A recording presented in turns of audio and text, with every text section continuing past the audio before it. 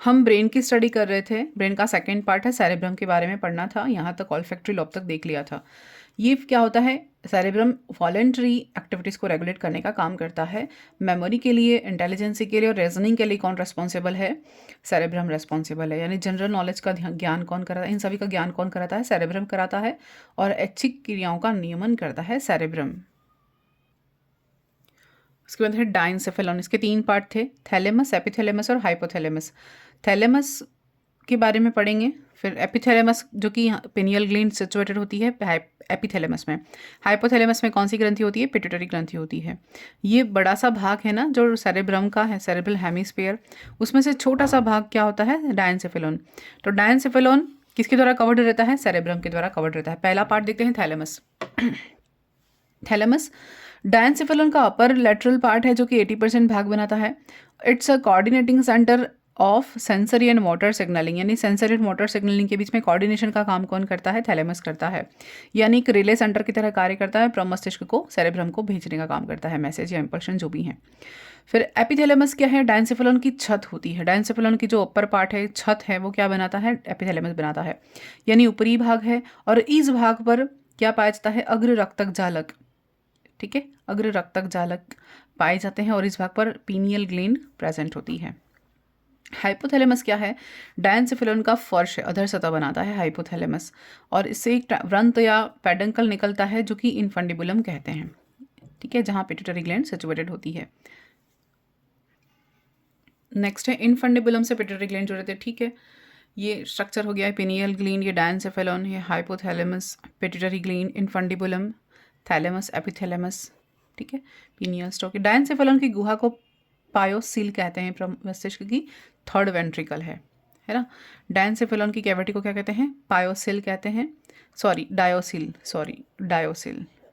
गड़बड़ हो गई, डायोसिल। और ये क्या होती है? Third ventricle. ये क्वेश्चन भी आता है, वेंट्रिकल कौन सी है? थर्ड, फोर्थ, ये वेंट्रिकल क्वेश्चन बनते हैं।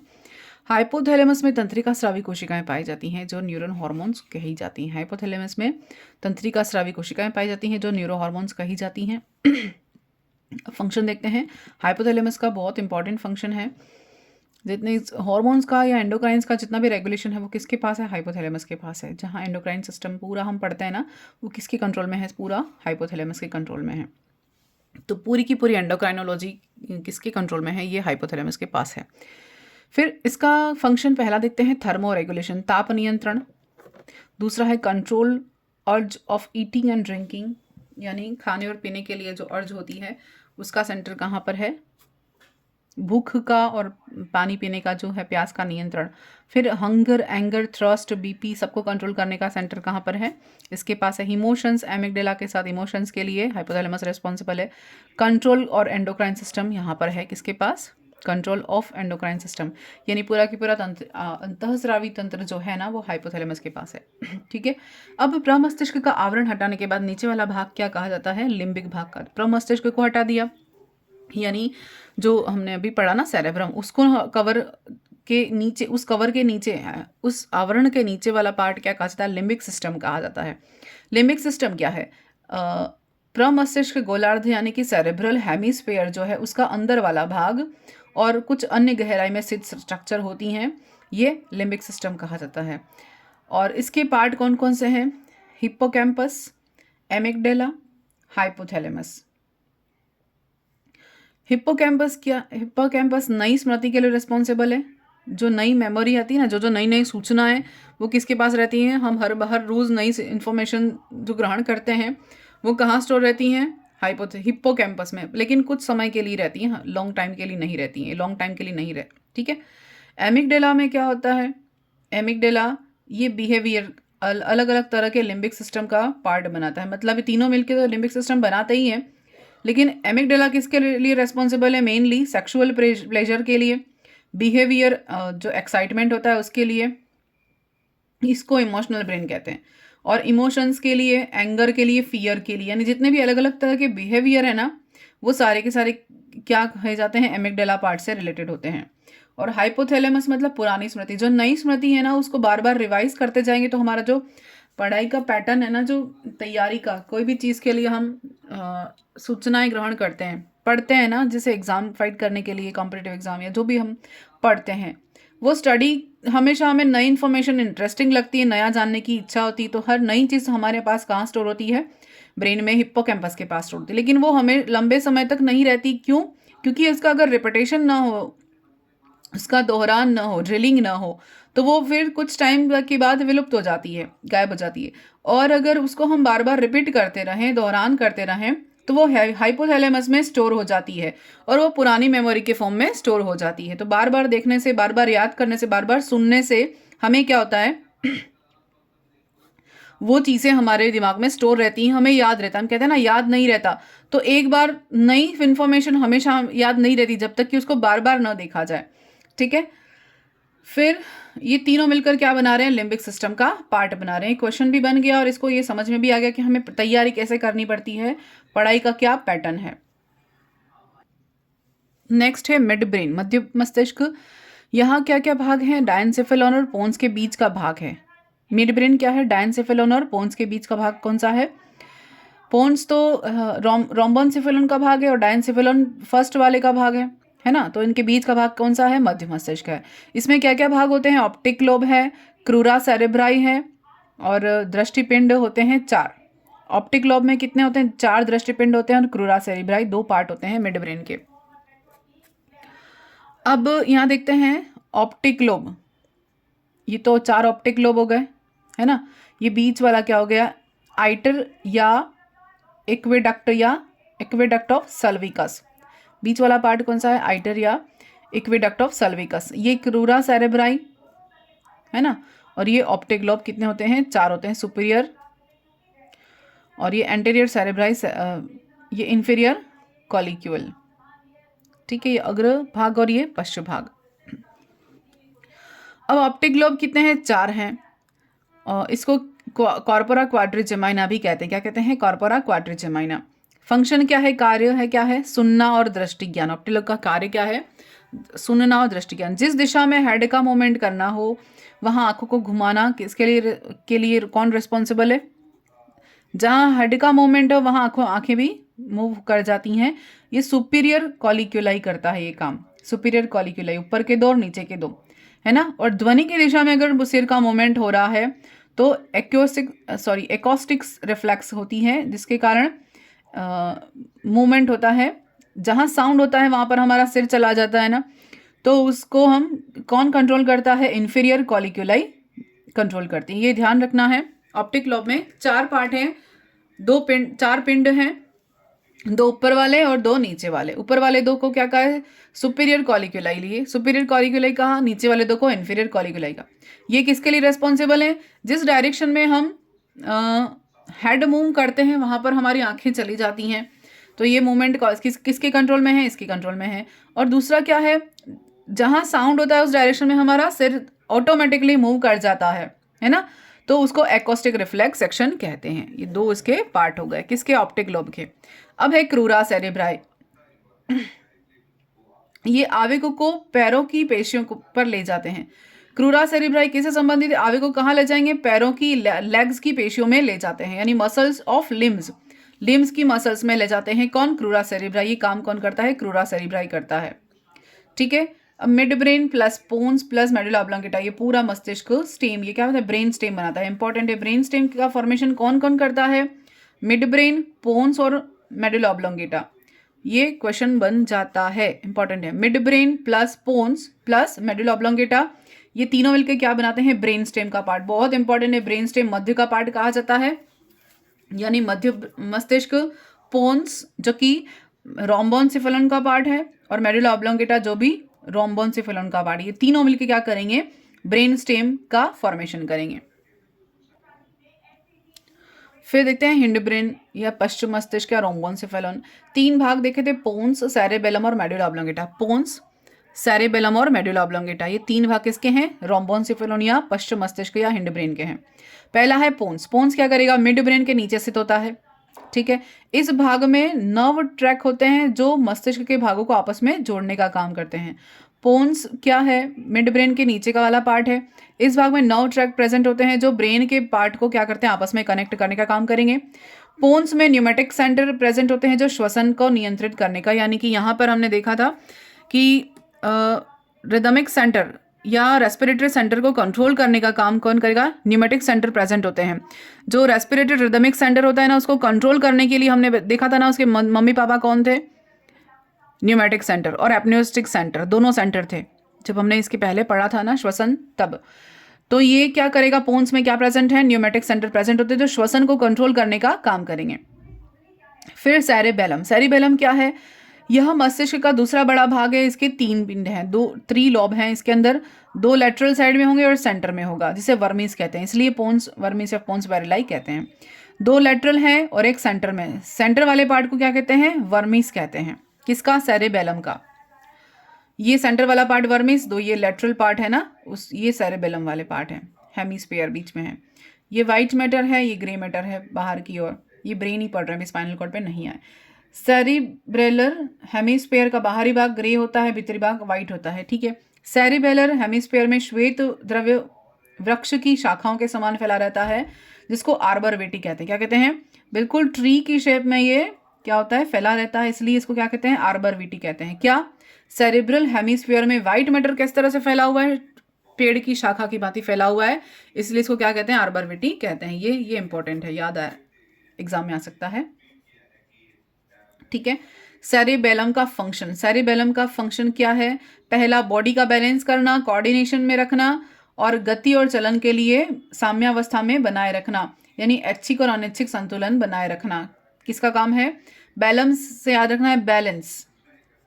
बैलम से याद रखना है, बैलेंस, यानी संतुलन का कार्य किसका है? सेरिबेलम का। बैलेंस है, कोऑर्डिनेशन है, ये सब काम कौन करता है? सेरिबेलम करता है।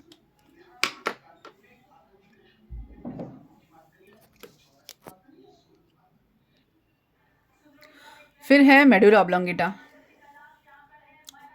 मेडुला ऑब्लोंगेटा इंपॉर्टेंट है, मस्तिष्क का आखिरी भाग है जो मेरुरज्जु में कंटिन्यू हो जाता है, यानी मेडुला ऑब्लोंगेटा से आगे की ओर स्पाइनल कॉर्ड शुरू हो जाएगा, ठीक है।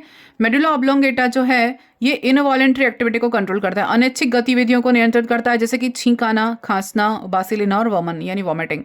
ये सारे के सारे किसके पास कंट्रोल है? मेडुला ऑब्लोंगेटा के पास कंट्रोल में है। इसमें कौन से सेंटर होते हैं? 4 सेंटर देखते हैं। एक तो कार्डियक सेंटर यानी हृदय केंद्र, रेस्पिरेटरी सेंटर होते हैं, वॉमिटिंग सेंटर होता है और वैसोमेटर सेंटर होते हैं। वाहिकाओं के व्यास का यानी वैसोडाइलेशन और वैसो कॉन्ट्रेक्शन का रिस्पॉन्सिबल कौन है? Medulla oblongata. कार्डियक सेंटर हृदय के केंद्र का नियंत्रण भी इसके पास है, रेस्पिरेटरी सेंटर भी इसके पास है, वॉमिटिंग सेंटर भी इसके पास है और वैसो मोटर या वैसो कॉन्ट्रेक्शन का, वैसो डायलेटर का कॉन्ट्रेक्शन कंट्रोल भी किसके पास है? मेडुला ऑब्लोंगेटा के पास है, ठीक है। तो ये डायग्राम यहाँ पर मैंने बताया है। क्रैनियल जो मेनिंजाइज हैं तीनों, है ना, ड्यूरामीटर, पायामीटर और सब देख लिया अपन ने। ये सेरेब्रल हेमिस्फीयर, ये फोरामेन ऑफ मोनेरो, ये थर्ड वेंट्रिकल, ये क्वेश्चन आ चुका है। फोरामेन ऑफ मोनेरो ये कौन सा वेंट्रिकल बनाता है? थर्ड वेंट्रिकल बनाता है। ये फर्स्ट, सेकेंड और थर्ड और फोर्थ 4 वेंट्रिकल प्रेजेंट होते हैं। और डायनसिफेलोन कहाँ प्रेजेंट होता है? थर्ड और फोर्थ के बीच में प्रेजेंट होता है, वेंट्रिकल के बीच में। आइटर और एक्विडक्ट सल्विकस प्रेजेंट होता है थर्ड के पास। पैरासिल में फर्स्ट और सेकंड पार्ट प्रमस्तिष्क गोलार्ध, इसके बीच में क्या होता है? फोरामेन ऑफ मोनरो, है ना, छिद्र है ये क्या है? फोरामेन ऑफ मोनरो छिद्र है दोनों के बीच में कनेक्शन के लिए, फिर यानी ग्रू। फिर डायोसिल क्या है? यहाँ डायनसिफेलोन के बीच में थर्ड वेंट्रिकल में प्रेजेंट है। फिर इन दोनों के बीच में डायोसिल और वेंट्रिकल के बीच में क्या, फोर्थ वेंट्रिकल के बीच में क्या पाया जाता है? आइटर या एक्विडक्ट पाया जाता है, सल्विकस। फिर वेंट्रिकल और मेटासेल के बीच में क्या पाया जाता है? ये कंटिन्यू होती है और इसको घेरे हुए पोन्स और सेरेब्रल मेडुला ऑब्लोंगेटा इसको घेरे रहते हैं, फोर्थ वेंट्रिकल को घेरे हुए। और इसके बाद मेटासेल के बाद कंटिन्यू होते हुए न्यूरोसिल आती है और न्यूरोसिल क्या है?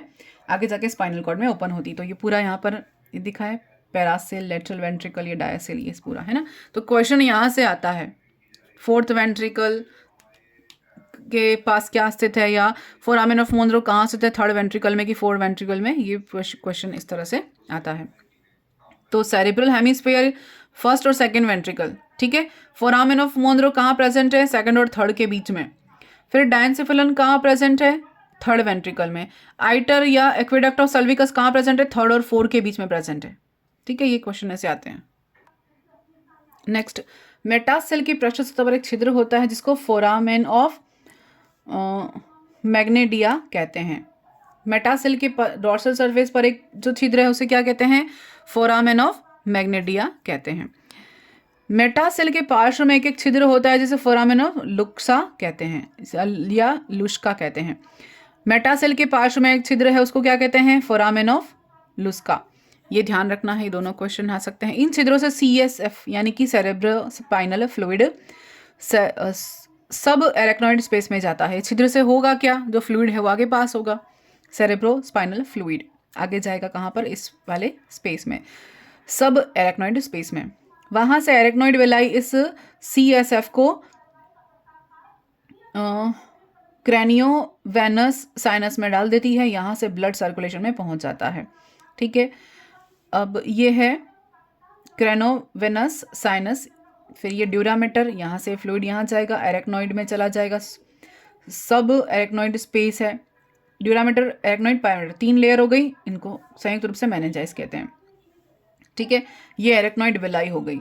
यहाँ से देखिए ये फोरामेन ऑफ लुक्सा या लुस्का जो भी कहें, और फोरामेन ऑफ मैग्नेटिक है ना, या हाँ मैजेंडिक या मैजेंडिया जो भी कहते हैं, foramen of मैजेंडिया, foramen of Luschka, ये दोनों आपस में क्या करते हैं? ये अपना स्राव कहाँ छोड़ेंगे? छिद्र है ना, यहाँ से जाएगा, सब एरेक्नॉइडल स्पेस में जाएगा। यहाँ से फिर CSF कहाँ जाएगा? आगे की ओर मूव करेगा, यहाँ पर जाकर यहाँ से ब्लड में की ओर चला जाएगा। ब्रेन की कैविटी में CSF भरा रहता है। ठीक है, CSF यह ब्रेन की वेंट्रिकल और स्पाइनल कॉर्ड में पाया जाता है। CSF कहाँ होता है? ब्रेन की वेंट्रिकल्स में और स्पाइनल कॉर्ड में पाया जाता है। CSF का फंक्शन क्या है? मस्तिष्क को यांत्रिक आघातों से बचाना। नेक्स्ट है कॉरोइड प्लेक्सस। कॉरोइड प्लेक्सस से CSF कहाँ जाएगा? पैरासेल में जाएगा, जो कि फर्स्ट और सेकंड वेंट्रिकल में के बीच प्रेजेंट होता है। फिर यहाँ से CSF कहाँ जाएगा? फॉर्मेशन ऑफ मोनेरो या फोरामेन ऑफ मोनेरो में जाएगा, जहाँ से CSF कहाँ जाएगा? डायोसिल में जाएगा, जो कि थर्ड वेंट्रिकल प्रेजेंट है। फिर CSF कहाँ जाएगा? वेंट्रिकल में, फोर्थ वेंट्रिकल में जाएगा। फिर यहाँ से CSF कहाँ जाएगा? मेटासेल में जाएगा, और ये कहाँ, इसके बीच में क्या प्रेजेंट है? एक्वेडक्ट ऑफ सर्विकस प्रेजेंट है। फिर यहाँ से मेटासेल से CSF कहाँ जाएगा? फोरामेन ऑफ मैग्नेडाई में जाएगा, और न्यूरोसिल या स्पाइनल कोड यहाँ से शुरू हो जाता है। यहाँ से CSF कहाँ जाएगा? सब एरिया और सब एरेक्नॉइड में जाएगा, सब एरेक्नॉइड स्पेस में जाएगा। यहाँ से CSF कहाँ जाएगा? एरेक्नॉइड विलाई में जाएगा, और यहाँ से क्रेनोवेनस साइनस में जाएगा, और क्रेनोवेनस साइनस से CSF कहाँ मिल जाएगा? ब्लड सर्कुलेशन में मिल जाएगा। CSF, ठीक है, ये पूरा प्रोसेस देख लिया। अब CNS का स्पाइनल कॉर्ड, ये तो ब्रेन वाला पार्ट पूरा अपना था, ये खत्म हो गया इधर, ये यहाँ ब्रेन कंप्लीट हो जाता है। ठीक है, अब आता है CNS का दूसरा पार्ट, कौन सा? Spinal cord. ये कितना है? 45 सेंटीमीटर लंबी होती है spinal cord. Medulla spinal cord में फोरामेन द्वारा ओपन होता है।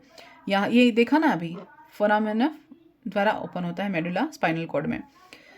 फिर medulla oblongata foramen of magnum से बाहर आकर वर्टिब्रल कॉलम की न्यूरल कैनाल में गुजरकर स्पाइनल कॉर्ड बनती है।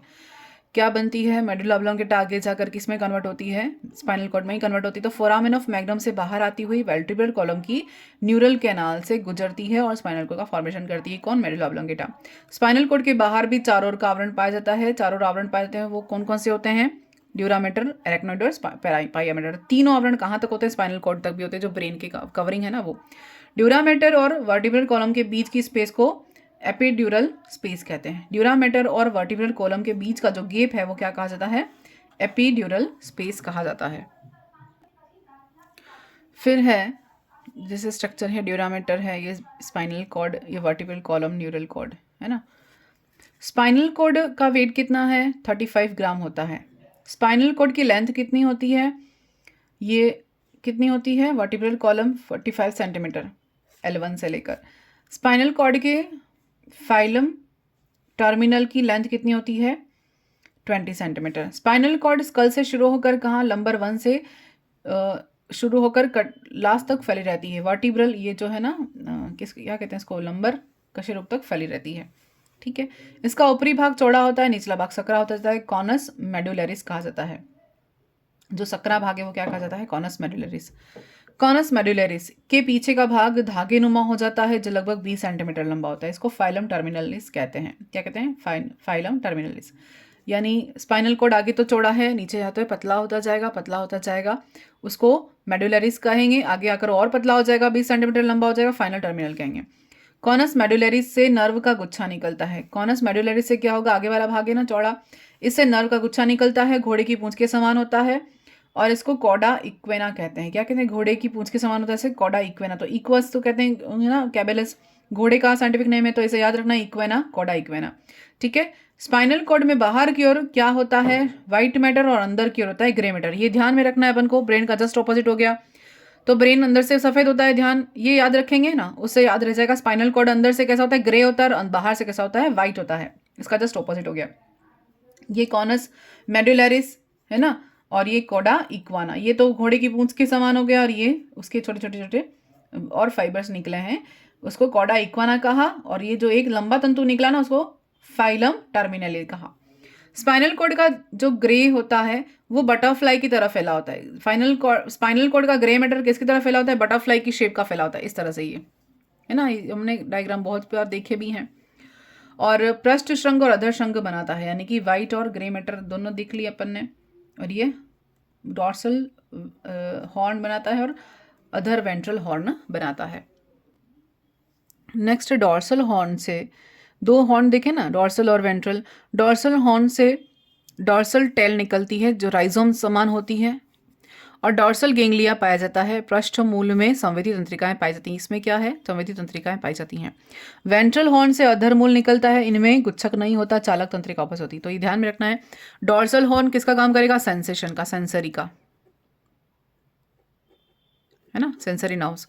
और वेंट्रल में क्या होगा? मोटर नर्व्स निकलती हैं। दोनों संवेदी और चालक यानी सेंसरी और मोटर दोनों मिलकर क्या बनाएंगे?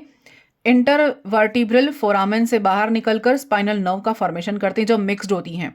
यानी मैं पता है कि कुछ नर्व्स होती हैं मिक्स्ड होती हैं, कुछ सेंसरी काम करती हैं। तो ये जहां दोनों मिल जाएंगी ना, कहाँ से निकलकर? इंटरवर्टिब्रल कॉलम से या फोरामेन से निकलकर स्पाइनल नर्व बनाती हैं। जो स्पाइनल नर्व तो दोनों का काम करेंगे, सेंसरी और मोटर दोनों मिक्स्ड नर्व होती हैं।